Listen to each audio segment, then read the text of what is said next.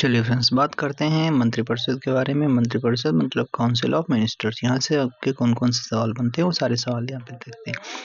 पहला कह रहा है कि कथनों पर विचार कीजिए। विचार करते हैं और फिर पूछा गया कौन से कथन आपके सही हैं। कह रहा है कि केंद्र में मंत्रिपरिषद संसद के प्रति सामूहिक रूप से उत्तरदायी होगी। कह रहा है केंद्र में जो मंत्रिपरिषद होती है संसद के प्रति सामूहिक रूप से उत्तरदायी होती है। दूसरा कह रहा है संघीय मंत्री भारत के राष्ट्रपति के प्रसाद पर्यंत पद धारण करते हैं। ठीक है। निर्माण हेतु प्रस्ताव के बारे में प्रधानमंत्री राष्ट्रपति को सूचित करता है विधि निर्माण हेतु, तो ये भी आपका सही हो जाता है। चलिए आगे बात करते हैं। थोड़ा यहाँ पर कह रहा है कि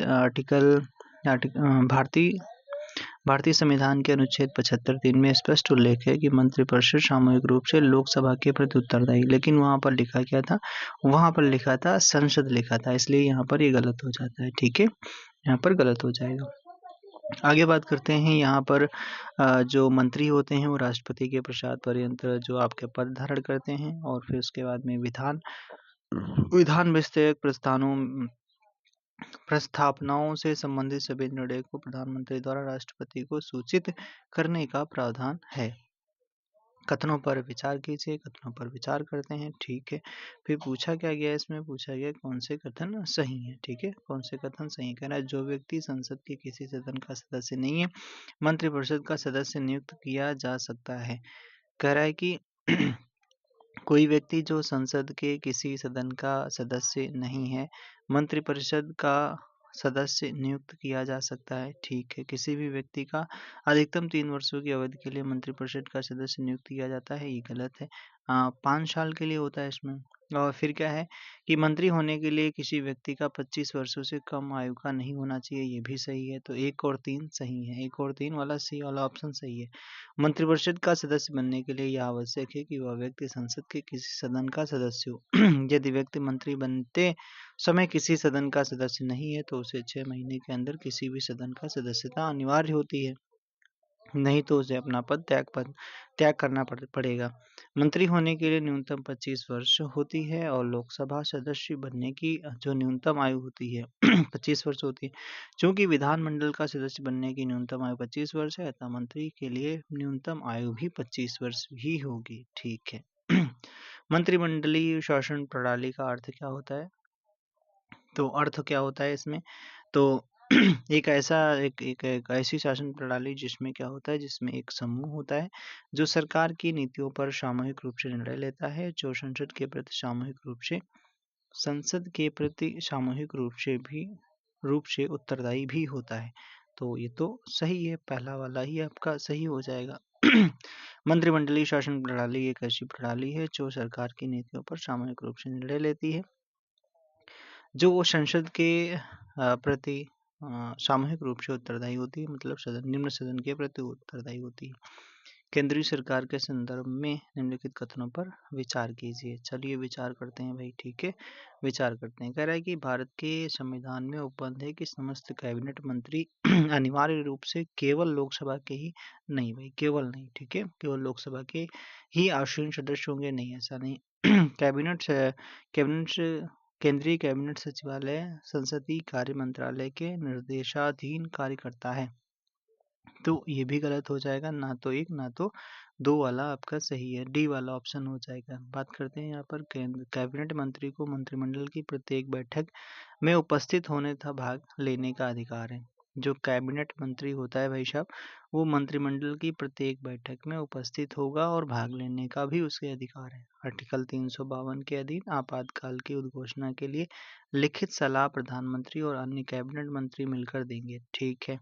ये मंत्री लोकसभा या राज्यसभा से चुने जा सकते हैं। जो मंत्री एक सदन का सदस्य है वह दूसरे सदन में बोल सकता है और उसकी कार्यवाहियों में भी भाग ले सकता है, किंतु मंत्री मतदान उसी सदन में कर सकता है जिसका वह सदस्य है। कैबिनेट सचिवालय प्रधानमंत्री के प्रत्यक्ष नियंत्रण के अंतर्गत आता है। तो इसका मतलब क्या समझ में आता है कि जो मंत्री होते हैं वो क्या होते हैं भाई, वो दोनों सदनों की कार्यवाहियों में भाग ले सकते हैं, लेकिन वोटिंग वगैरह जब आएगी तो जिस सदन के उसी सदन में वोट कर सकते हैं। कौन सा वक्तव्य सही नहीं है? कौन सा वक्तव्य सही नहीं?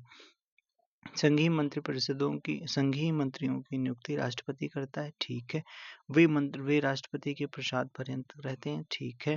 राष्ट्रपति कह रहा है राष्ट्रपति प्रधानमंत्री की सिफारिश के बिना किसी मंत्री की नियुक्ति नहीं कर सकता, सही बात है ये भी। फिर कह रहा है कि संविधान मंत्रियों के व्यक्तिगत एवं सामूहिक उत्तरदायी का उल्लेख करता है। नहीं नहीं नहीं नहीं नहीं, ये तो गलत बात है। व्यक्तिगत और सामूहिक उत्तरदायी का उल्लेख करता है, नहीं, ऐसा गलत हो जाता है।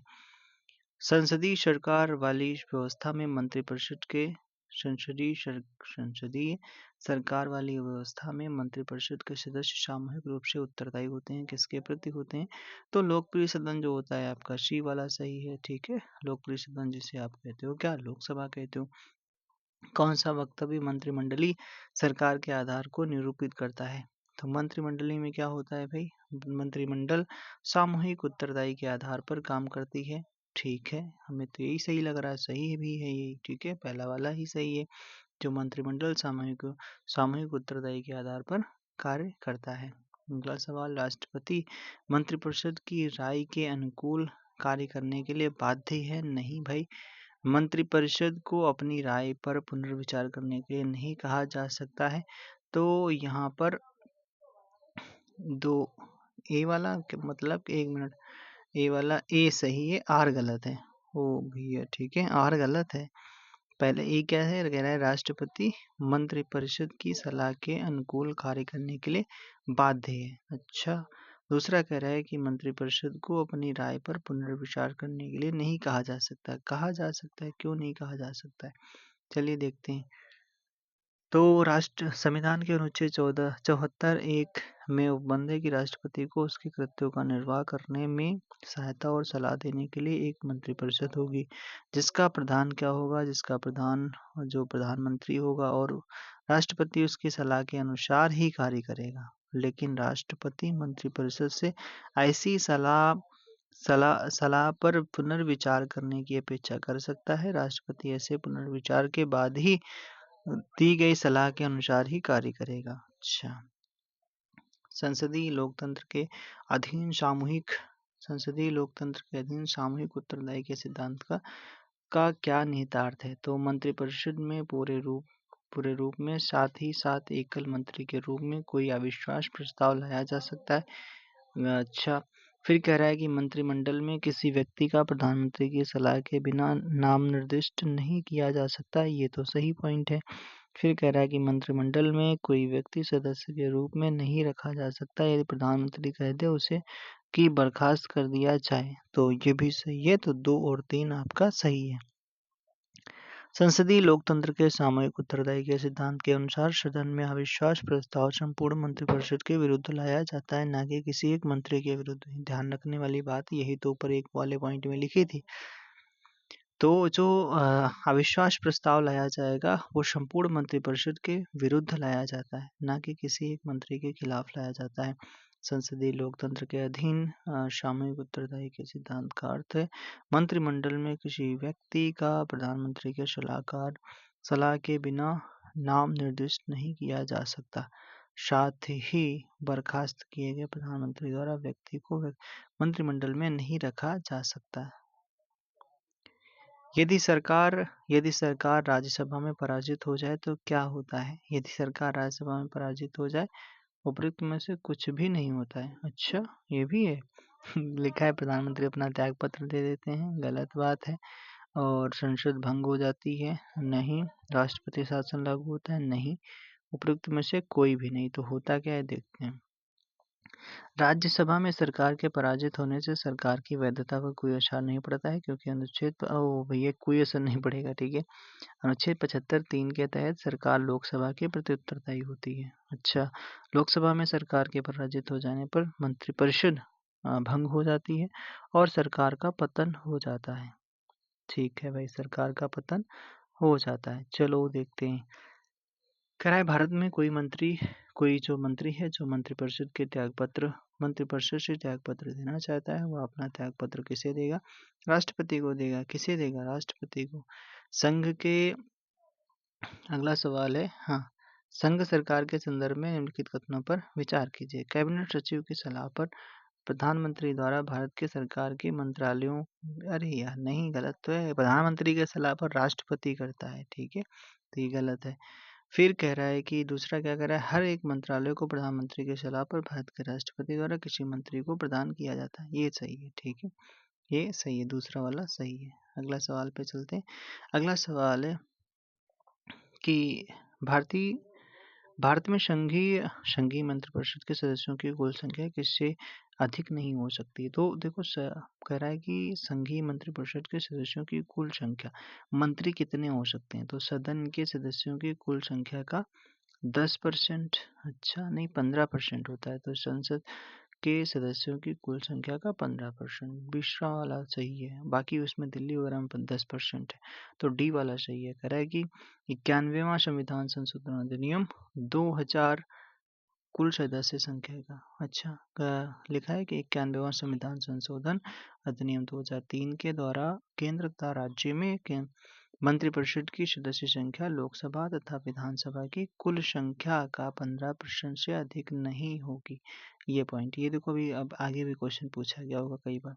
कौन सा संविधान संशोधन, 91वां संविधान संशोधन कब हुआ, 2003 में हुआ, 2003 में हुआ, ठीक है। अगला सवाल है, भारतीय संविधान के संदर्भ में कथनों पर विचार कीजिए। चलिए विचार करते हैं भाई साहब, विचार करते हैं। संघीय मंत्रिपरिषद लोकसभा के प्रति सामूहिक रूप से उत्तरदायी होती है, तो सही पॉइंट है। संघ के मंत्री प्रधानमंत्री के प्रसाद पर्यंत नहीं, राष्ट्रपति के प्रसाद पर्यंत होते हैं, ये तो गलत हो जाएगा। अगला सवाल है, भारत के संविधान के निम्नलिखित प्रावधानों में से किसमें मंत्रिपरिषद के सामूहिक उत्तरदायी का सिद्धांत दिया गया है, तो 75 का 3 में बताया गया है। क्या मंत्रिपरिषद के सामूहिक उत्तरदायी का सिद्धांत 75 के 3 में बताया गया। अगला सवाल कह रहा है कि भारत के संविधान के निम्नलिखित प्रावधानों में से कौन सा प्रावधान मंत्रिपरिषद की नियुक्ति तथा पद उचित को विवेचित करता है, तो कौन सा हो जाएगा, आर्टिकल आपका 75 हो जाता है। किसमें, आर्टिकल 75 हो जाता है। अगले सवाल पे, मंत्रिपरिषद सामूहिक रूप से उत्तरदायी होती है, लोकसभा के प्रति होती है, किसके, लोकसभा के प्रति होती है। फिर दूसरा क्या लिखा है, एक संवैधानिक बाध्यता के अंतर्गत, फिर करा है 75 के 3 के अनुसार। तो देखो ये तीनों पॉइंट आपके सही हैं। कौन कौन से, तो आपके तीनों क्या, चारों सही, 3 सही हैं, ठीक है। तो देखो अभी पढ़ा गया था लोकसभा के प्रति, फिर कह रहा है कि एक संवैधानिक बाध्यता के अंतर्गत, ठीक है, ये भी सही है। 75 के 3 के अनुसार मंत्रिपरिषद सामूहिक रूप से किसके आर्टिकल के तहत, अभी जस्ट पढ़ा गया था 75 का 3, ये भी सही है, तो 1 2 3 सही हो जाएगा। अगला सवाल है, अपना त्यागपत्र देने के बाद में भारत में एक मंत्री को अपने त्यागपत्र के विषय में लोकसभा में व्यक्तिगत वक्तव्य देने के लिए किसकी अनुमति की आवश्यकता होती है, तो किसकी अनुमति की आवश्यकता होती है, तो ये आपका स्पीकर की होती है। कह रहा है कि अपना त्यागपत्र देने के बाद भारत में एक मंत्री को अपने त्यागपत्र के विषय में लोकसभा में व्यक्तिगत वक्तव्य देने के लिए किसकी अनुमति आवश्यक होती है, तो स्पीकर की अनुमति आवश्यक होती है, स्पीकर की अनुमति आवश्यक होती है, ठीक है भाई साहब, स्पीकर की अनुमति आवश्यक होती है। एक मिनट, हाँ देखो अगला सवाल क्या है, अगला सवाल पूछा गया है, भारत में मंत्रिपरिषद सामूहिक रूप से लोकसभा तथा राज्यसभा, अरे नहीं गलत हो जाएगा, ये वाला गलत है। मतलब क्या लिखा है, दोनों नहीं, लोकसभा के विरुद्ध उत्तरदायी होती है। लोकसभा और राज्यसभा दोनों के सदस्य संघीय सरकार में मंत्री बनने की पात्रता रखते हैं। लोकसभा और राज्यसभा दोनों के सदस्य संघीय सरकार में मंत्री बनने की पात्रता रखते हैं, बिल्कुल रखते हैं। चलिए अगले सवाल पे चलते हैं। उसको एक को चुनिए। लिखा, मंत्रिमंडल स्वरूप की सरकार के अंतर्गत अंतर्निहित सिद्धांत को अभिव्यक्त करता है। तो इसमें क्या होता है भाई, इसमें लिखा है, ऐसी सरकार के विरुद्ध आलोचना को कम से कम करने की व्यवस्था जिसके उत्तरदायी जटिल है तथा उसे सभी के, अरे नहीं यार ये नहीं, गलत है। ऐसी सरकार के कामकाज में तेजी लाने की क्रियाविधि जिसके उत्तरदायी दिन प्रतिदिन बढ़ते जा रहे हैं, नहीं। फिर कह रहा है कि सरकार के जनता के प्रति सामूहिक उत्तरदायी को सुनिश्चित करने के लिए एक संसदीय लोकतंत्र की एक क्रियाविधि है। अगला सवाल है, कह रहा है कि हाँ, तो अगला सवाल है, भारतीय संविधान की निम्नलिखित विशेषताओं में से कौन सी एक इस बात की सूचक है कि वास्तविक कार्यपालिका शक्ति प्रधानमंत्री के नेतृत्व वाली मंत्रिपरिषद में निहित होती है। तो ये संसदीय लोकतंत्र बताता है। कौन सा? संसदीय लोकतंत्र के माध्यम से अगर बात की जाती है तो इसमें क्या होता है, इस बात का सूचक होता है कि वास्तविक कार्यपालिका शक्ति प्रधानमंत्री के नेतृत्व वाली मंत्रिपरिषद में निहित होती है। बाकी तो राष्ट्रपति तो एक मतलब क्या है, आप समझते हो, ठीक है। तो यहाँ पर अगला सवाल क्या है, निम्नलिखित कह रहा है कि भारत में संघ कार्यपालिका के बारे में कौन सा एक सही है। तो संघ कार्यपालिका सदस्य में होता क्या है, भारत के संविधान के अनुसार मंत्रिपरिषद के सदस्यों की कुल संख्या लोकसभा के सदस्यों की कुल संख्या से 20% से अधिक नहीं हो सकती। गलत है, ठीक है। विभिन्न मंत्रियों की श्रेणी का निर्धारण राष्ट्रपति द्वारा किया जाता है, ये भी गलत है। फिर कह रहा है कि मंत्रियों की नियुक्ति प्रधानमंत्री की सलाह पर राष्ट्रपति द्वारा की जाती है, यही तो पॉइंट एकदम सही है, यही तो पॉइंट एकदम सही है। चलिए बात करते हैं, जस्ट अभी देखो 15% वाला था, वहां पर 20% लिख रखा था उन्होंने, इसलिए गलत हो गया था। 75 का एक क्या बताता है, 75 के आर्टिकल 75 एक के अनुसार प्रधानमंत्री की नियुक्ति राष्ट्रपति करेगा और अन्य मंत्रियों की नियुक्ति राष्ट्रपति प्रधानमंत्री की सलाह पर करेगा। अच्छा, मतलब राष्ट्रपति प्रधानमंत्री की नियुक्ति कौन करेगा भाई साहब, राष्ट्रपति करेगा, और अन्य मंत्रियों की नियुक्ति कौन करेगा, अन्य मंत्रियों की प्रधानमंत्री की सलाह पर राष्ट्रपति करेगा।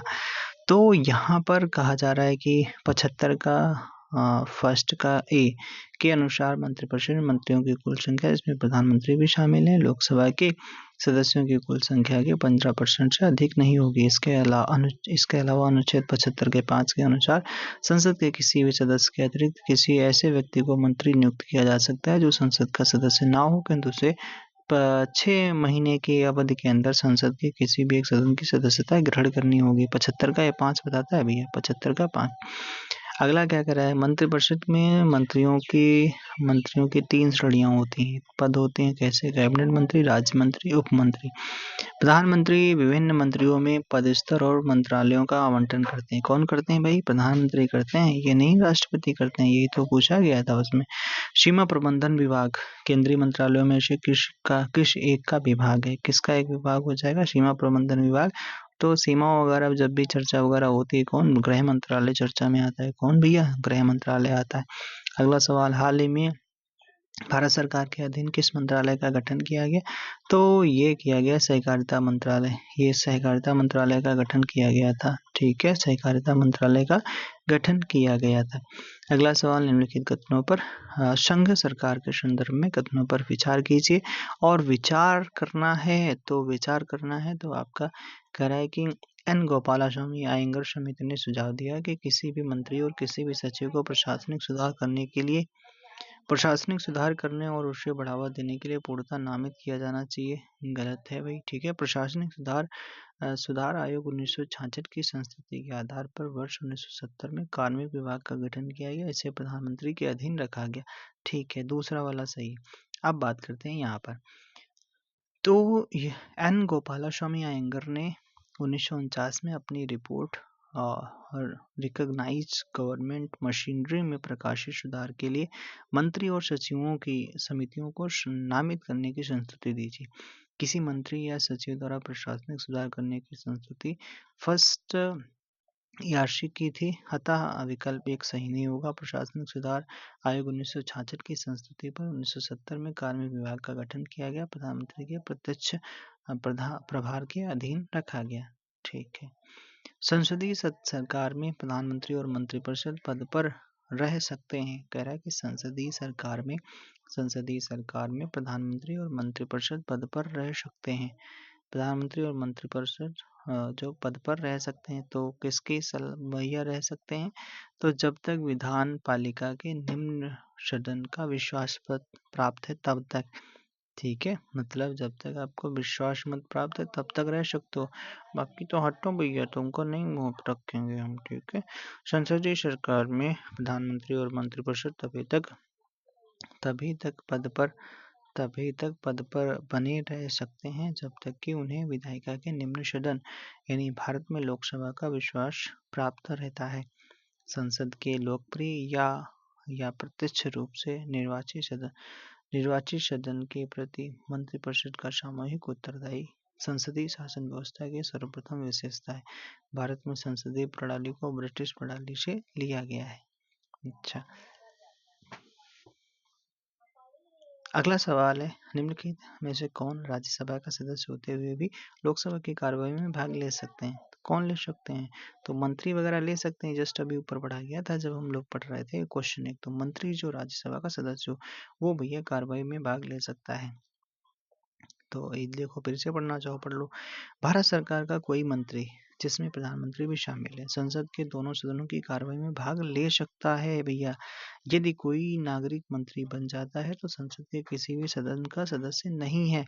तो संविधान के उपबंध है कि कोई व्यक्ति 6 माह के तक संसद सदस्य बने रहे बिना भी मंत्री बन सकता है, तब भी वह संसद के दोनों सदनों की कार्यवाही में भाग ले सकता है।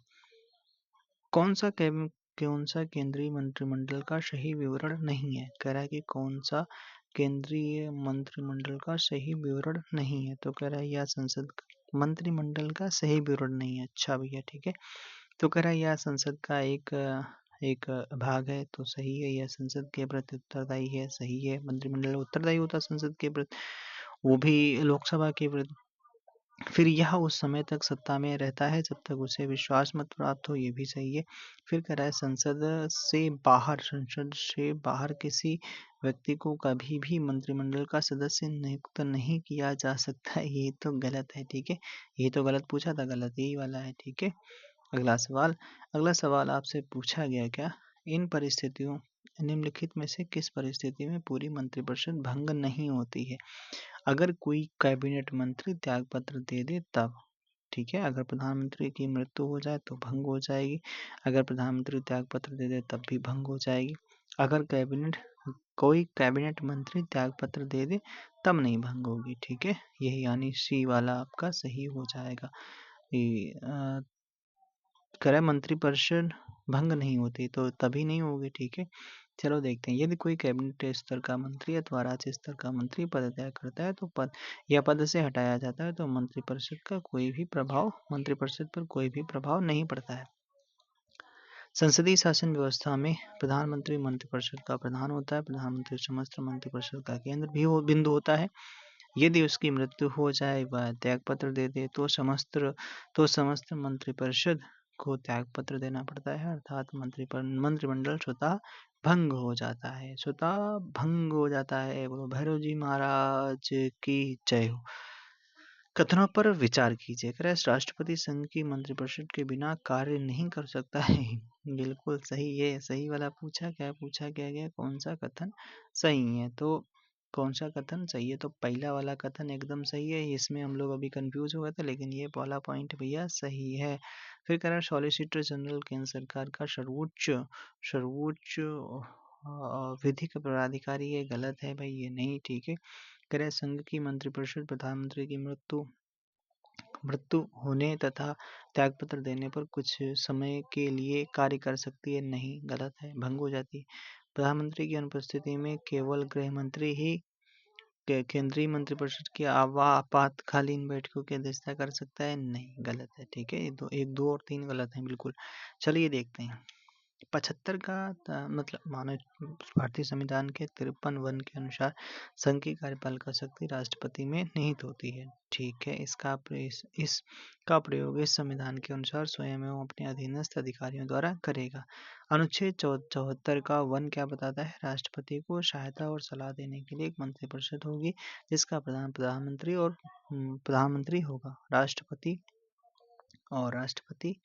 राष्ट्रपति अपने कृत्यों का प्रयोग करने में ऐसी सलाह के अनुसार कार्य करेगा, परंतु राष्ट्रपति मंत्रिपरिषद से ऐसी सलाह पर साधारणतः या अन्यथा पुनर्विचार करने की अपेक्षा कर सकेगा। राष्ट्रपति ऐसे पुनर्विचार के पश्चात दी गई सलाह के अनुसार कार्य करेगा, ठीक है।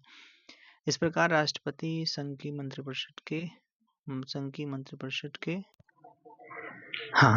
की मंत्रिपरिषद के बिना कार्य नहीं कर सकता है। ज्ञातव्य है कि केंद्र सरकार का सर्वोच्च जो प्राधिकारी वो महान्यायवादी होता है, सॉलिसिटर जनरल नहीं होता है, ठीक है। इसकी नियुक्ति राष्ट्रपति करता है। राष्ट्रपति के पश्चात पर्यंत अपने पद पर बना रहता है। प्रधानमंत्री की अनुपस्थिति में मंत्रिपरिषद की अध्यक्षता वही करता है जिसे प्रधानमंत्री इसके लिए प्राधिकृत करें। अच्छा, जब तक मतलब हम अगर अनुपस्थित हैं, हम जिसको बोल देंगे वही करेगा, ओके। प्रधानमंत्री त्याग पत्र देता है अथवा उसकी मृत्यु हो जाती है तो मंत्रिपरिषद स्वयं ही विघटित हो जाती है। चलिए अगले सवाल पे चलते हैं। अगला सवाल क्या कहता है? अगला सवाल कहता है मंत्रिपरिषद द्वारा राष्ट्रपति को दी जाने वाली कोई तथा कौन सी सलाह का प्रश्न है? क्या यार कितना कह रहे मंत्रिपरिषद द्वारा राष्ट्रपति को दी जाने वाली कोई तथा कौन सी सलाह का प्रश्न किसी न्यायालय में जांच पड़ताल का विषय नहीं होगा। ठीक है, ओके, यही वाला इसका उत्तर सही हो गया। अगला कैबिनेट में सम्मिलित होते हैं। कैबिनेट में आपके कैबिनेट जो होता है तो कैबिनेट में आपके केवल कैबिनेट मंत्री शामिल होते हैं। कैबिनेट में केवल कैबिनेट मंत्री शामिल होते हैं। कैबिनेट में केवल कैबिनेट मंत्री ही आते हैं। 3 स्तर के मंत्रियों का उल्लेख पाया जाता है, जैसे आपके मंत्री मंडलीय स्तर जैसे कैबिनेट, फिर राज्य मंत्री, फिर उपमंत्री। मंत्रिपरिषद प्रधानमंत्री, कैबिनेट मंत्री तथा राज्य मंत्री, उपमंत्री इन सबका सामूहिक नाम है, जबकि मंत्रिमंडल में केवल कैबिनेट मंत्रियों को शामिल किया जाता है। संसद के लिए राष्ट्रपति का अभिभाषण कौन तैयार करता है? तो भाई कौन तैयार करेगा? तो लोकसभा अध्यक्ष करेगा या स्वयं राष्ट्रपति करेंगे या राज्यसभा के सभापति करेंगे या केंद्रीय मंत्रिमंडल करेगा? तो कौन करेगा? केंद्रीय मंत्रिमंडल के द्वारा तैयार किया जाएगा। डी वाला उत्तर सही है। वाओ, डी वाला उत्तर सही है। अगला सवाल अगला सवाल कि आपसे पूछा क्या गया है? पूछा गया है कि कथन और कारण वाला करा है कि अब संविधान परिषद के आकार की बाहरी सीमा पर प्रतिबंध लगाता है। क्या? अब संविधान जो है, अब संविधान मंत्रिपरिषद के आकार की बाहरी सीमा पर प्रतिबंध लगाता है। हाँ, लगाता है। ऐसा विधायकों को शासक दल के पक्ष में दल बदल करने से रोकने के लिए किया गया है। करा ऐसा इसलिए किया गया क्योंकि विधायकों को शासक दल के पक्ष में दल बदल करने से रोकने के लिए किया गया, इसलिए किया गया भाई। ठीक है, तो सही व्याख्या भी कर रहे हैं। चलिए देखते हैं। कह रहा है 91वां संविधान संशोधन अधिनियम 2003 द्वारा अब केंद्र में जो है मंत्रिपरिषद का आकार लोकसभा की कुल सदस्य संख्या का प्रधानमंत्री सहित अधिकतम 15% तक सीमित किया गया। हाँ, सीमित किया गया। मंत्री ये नहीं किसी को उठाओ यार मंत्री बना दो, सबको मंत्री बनना है, हमको भी बनना है, तुमको भी बनना है, लेकिन कैसे बन पाएंगे? नहीं बन पाएंगे। ठीक है, तो इसलिए क्या है, उस पर लिमिटेशन लगाएगी 2003 के तहत। तो राज्यों में मुख्यमंत्री सहित मंत्रिपरिषद का आकार उस राज्य की विधानसभा की कुल सदस्य संख्या का 15% निर्धारित किया गया, किंतु किसी राज्य में मुख्यमंत्री सहित मंत्रियों की संख्या 12 से कम नहीं होगी। क्या कह रहा है? मुख्यमंत्री सहित मंत्रियों की संख्या 12 से कम नहीं होगी। हाँ, है कहीं कहीं पे, मतलब आपकी सीटें वगैरह कम है। ऐसा मंत्रिपरिषद में स्थान पाने की संभावना में निर्दलीय विपक्षी पार्टियों के विधायकों को शासक दल के पक्ष में दल बदल करने से रोकने के लिए किया गया है। देखो कितनी अच्छी बात कही गई। ऐसा मंत्रिपरिषद में स्थान पाने की संभावना में निर्दलीय या विपक्षी पार्टियों के विधायकों को शासक दल के पक्ष में दल बदल करने से रोकने के लिए किया गया। हाँ, ठीक है। अगला सवाल क्या पूछा गया आपसे? एक मिनट। अगला सवाल पूछा गया, कह रहा है कि केंद्रीय मंत्रिपरिषद के त्यागपत्र देने के उपरांत निम्नलिखित में से कौन सा एक सही नहीं है? तो अगर मंत्रिपरिषद ने त्यागपत्र दे दिया तो राष्ट्रपति शासन लागू हो जाएगा।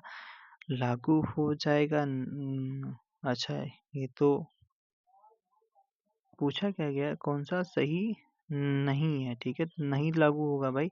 त्यागपत्र दे दिया तो राष्ट्रपति शासन थोड़ी ना लागू हो जाएगा, तो ऊपर भी पढ़ा गया था। आगे बात करते हैं, राष्ट्रपति वैकल्पिक व्यवस्था बनने तक उन्हें बने रहने के लिए कहेंगे। ठीक है, वैकल्पिक व्यवस्था से अभिप्राय यह है कि यथासंभव शीघ्र नई सरकार के गठन है तो आम चुनाव कराए जाएंगे। सही है। अपदस्थ मंत्रिपरिषद अपने पद पर नई सरकार बनने तक अपने पदभार निर्वाह करेंगे। ये भी सही है। ठीक है, तो आपका ये वाला गलत था। ठीक है, ओके। तो यहाँ पर अगर बात करते हैं, थोड़ा देखते हैं इसमें कि राष्ट्रपति जो है शासन की व्यवस्था राज्यों में संवैधानिक तंत्र की विफलता से संबंधित है। राष्ट्रपति जो शासन होता है वो जो राज्यों में क्या होता है, अगर संविधान विफल हो जाता है, संविधान के तरीके से अगर सरकार नहीं चल रही है तो राष्ट्रपति शासन लगाया जाता है। ये 356 के तहत लगाया जाता है। संवैधानिक तंत्र की विफलता की बाबत उद्घोषणा तब करता है जब किसी भी कारणवश किसी राज्य में संवैधानिक सरकार नहीं चल सकती। केंद्रीय मंत्रिपरिषद के त्यागपत्र देने के उपरांत राष्ट्रपति वैकल्पिक व्यवस्था होने तक उन्हें बने रहने के लिए कहेंगे। वैकल्पिक व्यवस्था से अभिप्राय यह है कि यथासंभव शीघ्र नई सरकार के गठन हेतु आम चुनाव कराया जाए। अपदस्थ मंत्रिपरिषद को नई सरकार के गठन होने तक पदभार का निर्वहन करना होगा। अगला सवाल, मंत्रिपरिषद में फेरबदल करने का अधिकार किसे है? तो प्रधानमंत्री को अधिकार। प्रधानमंत्री बोल देंगे चचा तुमको नहीं रखेंगे तो नहीं रखेंगे, चलो आओ चचा तुमको बना देते हैं मंत्री, खनन मंत्री, खूब खनन करो। ठीक है, तो खनन हो गए भैया। कौन भारत के केंद्रीय मंत्री रहे हैं? तो कौन कौन रहे? सारे लोग रहे हैं इसमें, जैसे आपके बीपी सिंह रहे हैं, आर वेंकट रमन रहे हैं, वाई बी चंद्र चौहान रहे हैं, प्रणब मुखर्जी रहे हैं, ये सारे लोग रहे हैं। इंदिरा गांधी रही हैं, ये सारे केंद्रीय मंत्री से आपके आर के शनमुखम शेट्टी भी रहे, लियाकत अली भी रहे, YV YV YV YV Chauhan करके भी रहे हैं। चलिए और भी नाम कुछ हैं, जैसे चौधरी चरण सिंह भी रहे हैं, आर वेंकट रमन भी, प्रणब मुखर्जी भी, वीपी सिंह भी रहे हैं। वर्तमान में निर्मला सीतारमण केंद्रीय वित्त मंत्री हैं।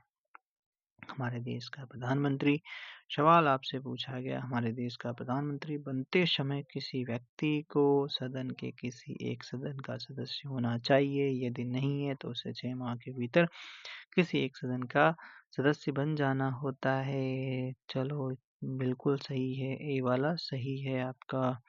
अगला सवाल, भारत के प्रधानमंत्री की नियुक्ति के समय जरूरी नहीं है, पहला ए वाला दिया, जरूरी नहीं है कि वह संसद के दोनों सदनों में से एक का आवश्यक रूप से सदस्य हो, परंतु उसे 6 माह के अंदर आवश्यक रूप से दोनों में से किसी एक सदन का सदस्य होना चाहिए। तो ये भी सही है। अच्छा, और इसमें हाँ ठीक है, पहला वाला ही सही है। अगला सवाल, भारत में वाम मंत्री जो संसद के दोनों में से किसी सदन का भी सदस्य नहीं है, उसे मंत्री के पद से मुक्त होना पड़ता है 6 माह के बाद। ये वाला सही है।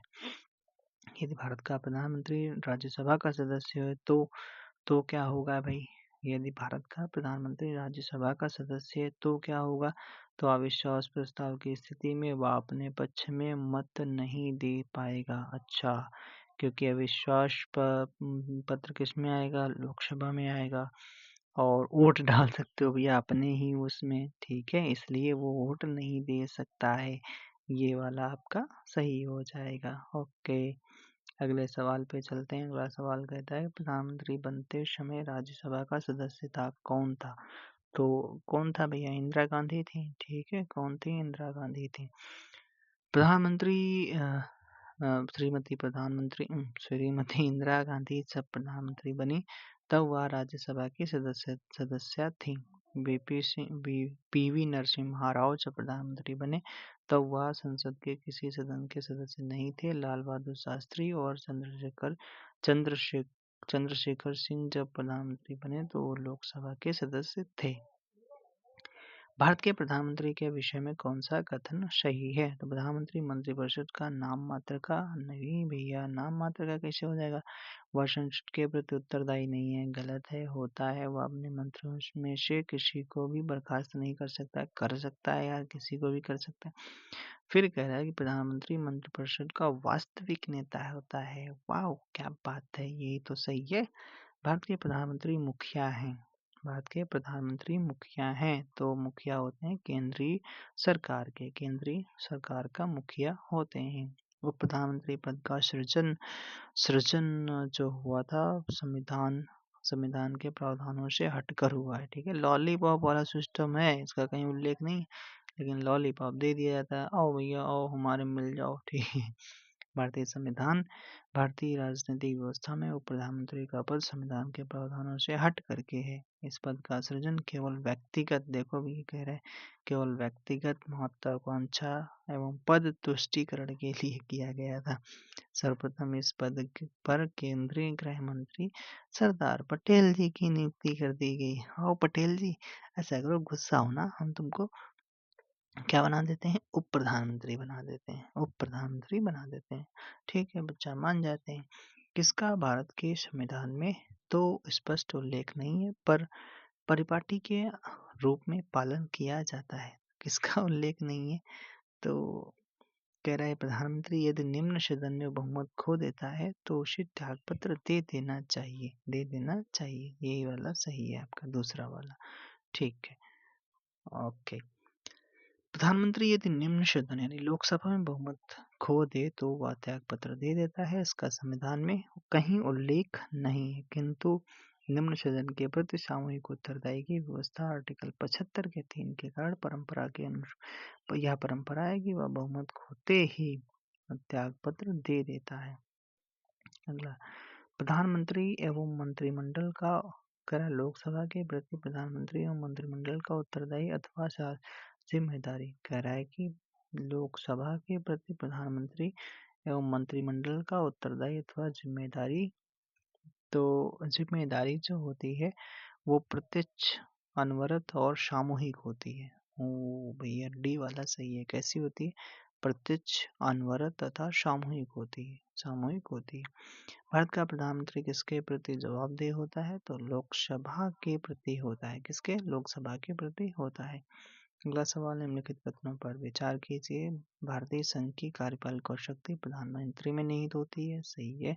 प्रधानमंत्री सिविल सेवा बोर्ड का पदेन अध्यक्ष होता है, तो आपका कौन सा, आपका, एक मिनट, तो आपके दोनों गलत हैं। कैसे गलत हैं, देखते हैं। आर्टिकल आपके 53 के अनुसार संघ की कार्यपालिका शक्ति राष्ट्रपति में निहित होती है। देखो सही तो है, या 53 का 1 कहता है कि राष्ट्रपति में, उधर कह रहा था प्रधानमंत्री, इसलिए गलत है। जिसका प्रयोग वह संविधान के अनुसार स्वयं या अपने अधीनस्थ अधिकारियों द्वारा करेगा। इस प्रकार भारतीय संघ का कार्यपालिका अध्यक्ष राष्ट्रपति होगा। मंत्रिमंडल कैबिनेट सचिव सिविल बोर्ड का पदेन अध्यक्ष होता है। कारण मंत्रिमंडल या कैबिनेट सचिव, मंत्रिमंडल या कैबिनेट सचिव जो होता है सिविल सेवा बोर्ड का पदेन अध्यक्ष होता है। भारत का प्रधानमंत्री बनने के लिए न्यूनतम आयु है 25 साल के हो जाओ, प्रधानमंत्री तुम बन जाओगे, कोई दिक्कत वाली बात नहीं है।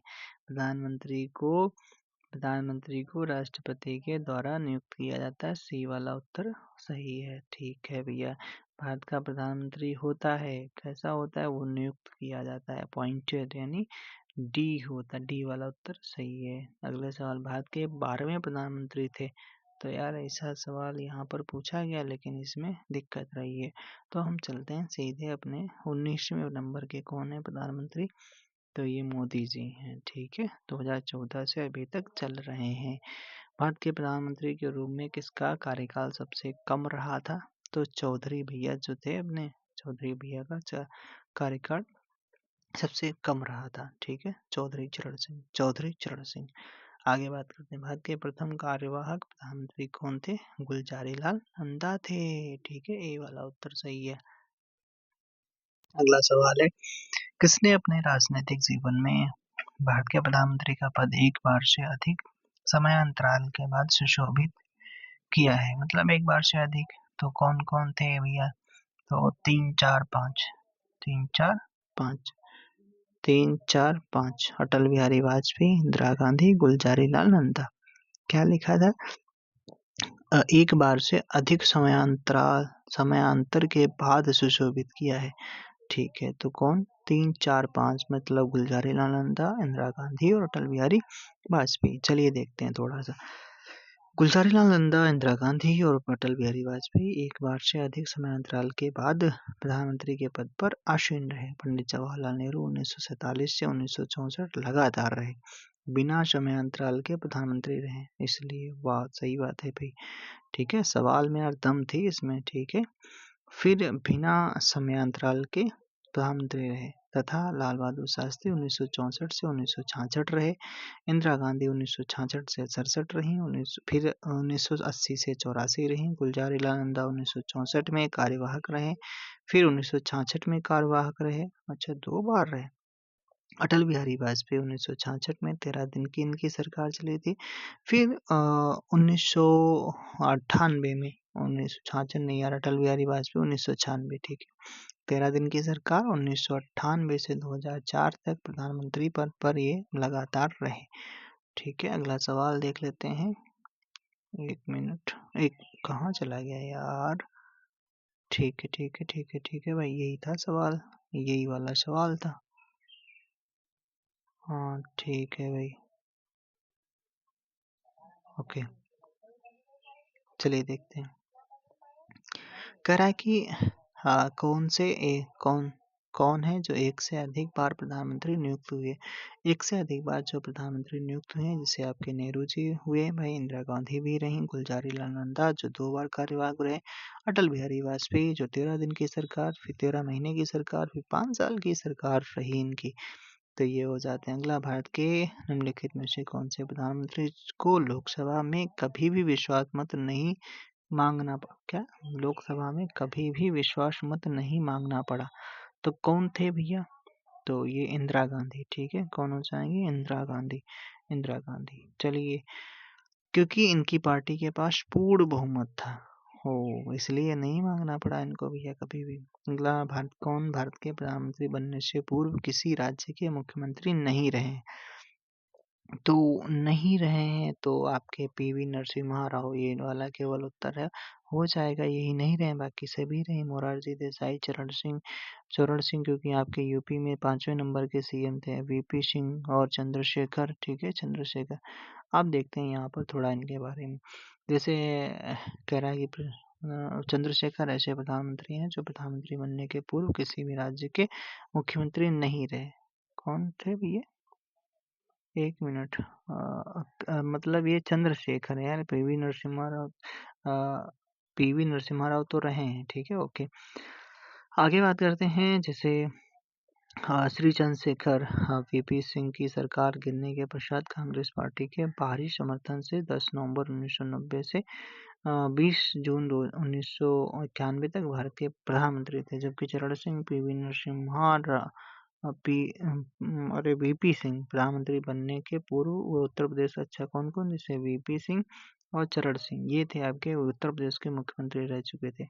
नरसिम्हा राव जो थे आपके प्रधानमंत्री थे, और प्रधानमंत्री बनने के पूर्व ये आंध्रा के सीएम थे। कौन? नरसिम्हा राव। और मोरारजी देसाई जनता पार्टी के शासनकाल में जो आपके प्रधानमंत्री बने थे, वो आपके महाराष्ट्र के सीएम थे, वो भैया महाराष्ट्र के सीएम थे। अगला, कौन भारत के प्रधानमंत्री बनने से पूर्व किसी भी राज्य के मुख्यमंत्री नहीं रहे थे? ये भी देखो सवाल पूछा गया। तो चंद्रशेखर। ठीक है, रिपीटेड सवाल है, चंद्रशेखर को ही उठा के उसमें रखा था, चंद्रशेखर को उठा के इसमें रखा। और देखो, मोरारजी देसाई, पीवी नरसिम्हा राव और आपके एच.डी. देवगौड़ा, ये भी रहे हैं, ये भी रहे हैं सीएम, पूर्व सीएम, ये भी पूर्व सीएम रहे मोरारजी देसाई। चंद्रशेखर जी नहीं रहे हैं। अगला सवाल, किनको लोकसभा में विश्वास प्रस्ताव पर औपचारिक पराजय का मुंह देखना पड़ा था? तो कौन थे इनमें? तो कौन थे? एच.डी. देवगौड़ा और वीपी सिंह। कौन थे? एच.डी. देवगौड़ा और वीपी सिंह। एच.डी. देवगौड़ा और वीपी सिंह। एच.डी. देवगौड़ा और वीपी सिंह को लोकसभा में विश्वास प्रस्ताव पर औपचारिक पराजय का मुंह देखना पड़ा था। श्री मोरारजी देसाई प्रथम गैर कांग्रेसी प्रधानमंत्री थे। चौधरी चरण सिंह ऐसे एकमात्र प्रधानमंत्री थे जिन्होंने लोकसभा का सामना नहीं किया। VP Singh, Narasimha Rao, H D. देवगौड़ा ऐसे प्रधानमंत्री थे जो पद ग्रहण के समय संसद के किसी भी सदन के सदस्य नहीं थे। एच.डी. देवगौड़ा ऐसे प्रधानमंत्री थे जो पद ग्रहण के समय विधानसभा के सदस्य थे, विधानसभा के भी यह सदस्य थे। ठीक है, तो आप देख सकते हो इनको, जैसे एच.डी. देवगौड़ा और वीपी सिंह हो जाते हैं इसमें। अगला, किस प्रधानमंत्री के कार्यकाल में दल विरोधी, ये तो आपके राजीव गांधी जी थे। 1985 में 52वां संविधान संशोधन हुआ था, 10वीं अनुसूची जोड़ी गई थी। किस प्रधानमंत्री के कार्यकाल में 2 डिप्टी सीएम आपके रहे थे? 2 डिप्टी सीएम नहीं यार, पीएम, ठीक है, डिप्टी पीएम रहे। किसके कार्यकाल में? मोरा मोरा देसाई, तो इन्होंने 2 को बना दिया था। कौन-कौन थे आपके? जगजीवन राम और चरण सिंह को भी। आओ भैया तुमको भी बना दें उप प्रधानमंत्री, मजे काटो, ठीक है। प्रथम प्रधानमंत्री जवाहरलाल नेहरू के समय सरदार वल्लभ भाई पटेल को उप प्रधानमंत्री बनाया गया था। किस प्रधानमंत्री की सरकार लोकसभा में बहस के दौरान एक मत से गिरी थी? एक मत से गिर गई थी। ओ भाई, कौन थे? तो ये थे अटल बिहारी वाजपेयी। ओ भैया, अटल अटल बिहारी की सरकार 1999 में लोकसभा में एक मत से गिर गई थी। 1998 के संसदीय चुनाव के पश्चात अटल बिहारी वाजपेयी के नेतृत्व में केंद्र में गठबंधन सरकार का गठन हुआ, लेकिन गठबंधन के घटक दल अन्ना द्रमुक द्वारा सरकार से अपना समर्थन वापस लिए जाने के कारण लोकसभा में अटल बिहारी वाजपेयी की सरकार के एक मत से पराजय हो गई। भैया सरकार धड़ाम से गिर गई। कौन अपने प्रधानमंत्रित्व काल में लोकसभा के सदस्य थे? तो चंद्रशेखर जो थे आपके लोकसभा के सदस्य थे। बाकी मनमोहन सिंह भी राज्यसभा के आई के गुजराल देवगौड़ा, ये लोग भी आपके थे राज्यसभा थे। अगला, अपने कार्यकाल में संसद का सामना नहीं करे, आपको जस्ट अभी बताया था, चौधरी चरण सिंह हो जाते हैं। किस वर्ष में प्रधानमंत्री सचिवालय का नाम प्रधानमंत्री कार्यालय कर दिया गया? तो 1977 में कर दिया गया। अगला सवाल पे, प्रधानमंत्री कार्यालय यानी पीएमओ के संदर्भ में कौन सा कथन सही है? 1977 में अस्तित्व में आया, सही है। इसका प्रधान कौन होता है? प्रधान कैबिनेट सचिव होता है, ये गलत है, ठीक है। राष्ट्रीय सुरक्षा समिति का प्रधान कौन होता है? तो कौन होगा? प्रधानमंत्री होगा। राष्ट्रीय सुरक्षा समिति का प्रधान कौन होगा भैया? प्रधानमंत्री होगा। जनजाति कल्याण का एक प्रभारी मंत्री होने की संवैधानिक आवश्यकता है, तो आपके कह रहा है कि बिहार, मध्य प्रदेश, उड़ीसा राज्यों के लिए, ठीक है। सी वाला उत्तर सही है। क्या कह रहा है? बिहार, मध्य प्रदेश, उड़ीसा राज्यों के लिए जनजाति कल्याण का एक प्रभारी मंत्री होने की संवैधानिक आवश्यकता है। अगला सवाल है कि निम्नलिखित में से भारत के कौन से प्रधानमंत्री अविश्वास मत से पराजित हो गए थे? जस्ट अभी एच.डी. देवगौड़ा थे, और कौन से थे? वीपी सिंह थे, यही तो थे, ठीक है। तो सी वाला 2, 3, 4 4 में भी अटल बिहारी वाजपेयी, वो ठीक है, सॉरी, यानी 3 लोग थे। तो ये हो जाते हैं कौन? आपके विश्वनाथ प्रताप सिंह यानी वीपी सिंह, एच.डी. देवगौड़ा, अटल बिहारी वाजपेयी ऐसे प्रधानमंत्री थे जो अविश्वास प्रस्ताव में पराजित हुए, जबकि मोरारजी देसाई मत विभाजन से पहले ही इस्तीफा दे दिए थे। इन्होंने कहा भैया हम लफड़ा होने से पहले हमको मतलब वो हटा देते हैं, अपना इस्तीफा दे देते हैं। कौन से प्रधानमंत्री ने बजट नहीं पेश किया है? तो किसने नहीं पेश किया? मोरारजी देसाई ने नहीं पेश किया है, और बाकी सबने किया है। क्या कह रहे हैं यार? कौन से प्रधानमंत्री ने बजट पेश नहीं किया? तो आपके जवाहरलाल नेहरू ने किया, इंदिरा गांधी ने किया, राजीव गांधी ने किया, मोरारजी देसाई ने नहीं किया, ठीक है। और अगला सवाल क्या है? अगला कथनों पर विचार करना है, और विचार करके आपको कहना है क्या कौन से आपके सही है, ठीक है। कह रहा है कि जवाहरलाल नेहरू मृत्यु के समय भारत के प्रधानमंत्री की चौथी पदावधि में थे, ठीक है। अच्छा, फिर क्या? जवाहरलाल नेहरू ने संसद सदस्य के रूप में रायबरेली का प्रतिनिधित्व किया, गलत है। और भारत के प्रथम गैर कांग्रेसी प्रधानमंत्री 1977 में पद पर नियुक्त हुए, ये सही है। जवाहरलाल नेहरू मृत्यु के समय भारत के प्रधानमंत्री की चौथी पदावधि में थे, ठीक है। 1947 में वो पहली बार प्रधानमंत्री बने थे, 47 में, 1952 के चुनाव के बाद दूसरी बार, 57 में तीसरी बार, 62 में चौथी बार, जबकि 1964 में उनकी मृत्यु हो गई। उन्होंने उत्तर प्रदेश के इलाहाबाद जिले के फूलपुर संसदीय क्षेत्र का प्रतिनिधित्व किया था। कहाँ से? इलाहाबाद के फूलपुर से। 1977 में भारत के प्रथम गैर कांग्रेसी प्रधानमंत्री के रूप में श्री मोरारजी देसाई नियुक्त हुए थे। अच्छा, ठीक है, ओके, चलो खत्म हो गया। अगले उसमें बात करेंगे संसदीय कार्रवाई की प्रक्रिया।